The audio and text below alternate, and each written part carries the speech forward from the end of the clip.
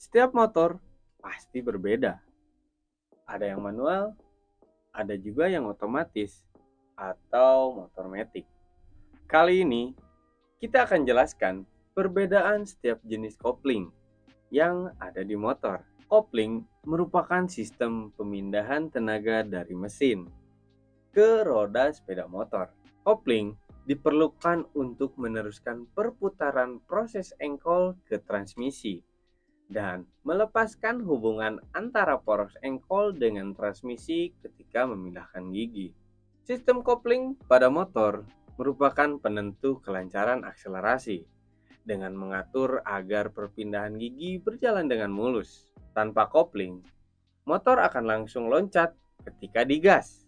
Biasanya, salah satu faktor yang membuat pemula enggan berlatih motor adalah menguasai kopling manual. Padahal, motor matic dengan kopling otomatis perlu penyesuaian juga. Jenis-jenis kopling perlu diketahui pengguna agar mengerti kelebihan dan kekurangannya masing-masing, sehingga bisa lebih cepat menguasai kopling. Yang pertama adalah kopling manual.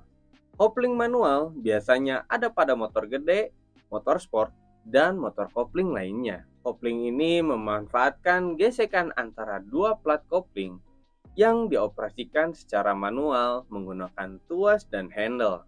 Putaran mesin ke transmisi terjadi ketika dua plat kopling terhubung. Putaran mesin tersebut akan terhenti ketika kedua plat renggang akibat tuas ditarik. Kopling manual terkenal sulit dioperasikan oleh pemula atau orang yang baru bisa naik motor karena harus melakukan koordinasi yang spontan dalam menggerakkan tuas dan handle.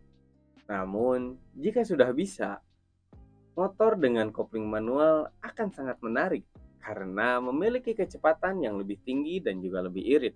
Ada juga jenis kopling ganda.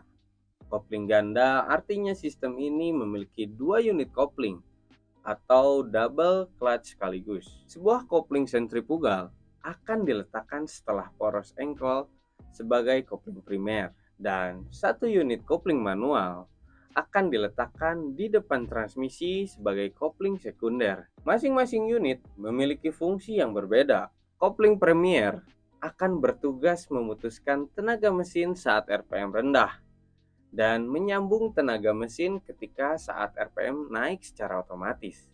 Sementara kopling sekunder berfungsi untuk memutuskan tenaga ketika terjadi perpindahan gigi.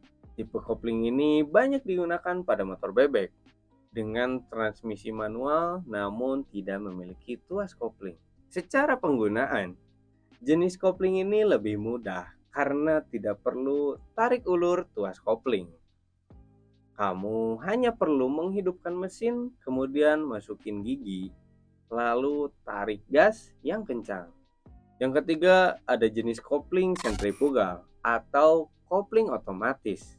Kopling sentrifugal tidak menggunakan gesekan antara dua plat kopling, namun menggunakan gesekan antara kampas kopling dan rumah kopling.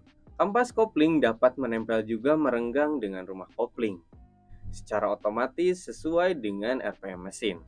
Saat RPM naik ketika digas, kopling akan terhubung dan motor dapat berjalan. Sistem ini diterapkan pada motor matic. Lokasinya ada di dekat aksel roda belakang setelah unit CVT.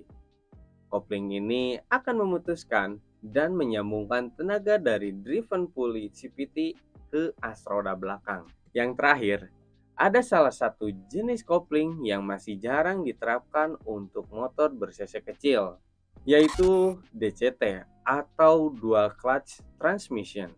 Transmisi kopling ganda adalah transmisi yang mengotomatiskan pengoperasian kopling dan perpindahan gigi dengan tetap mempertahankan struktur transmisi manual yang memiliki kelebihan seperti akselerasi dengan perasaan langsung. Teknologi DCT ini sudah banyak dipakai dalam mobil.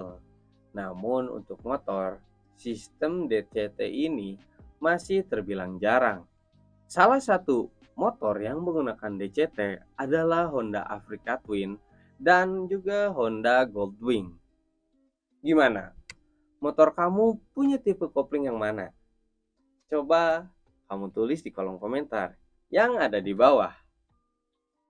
Saya pamit undur diri, and as always, ledeng motor is the best.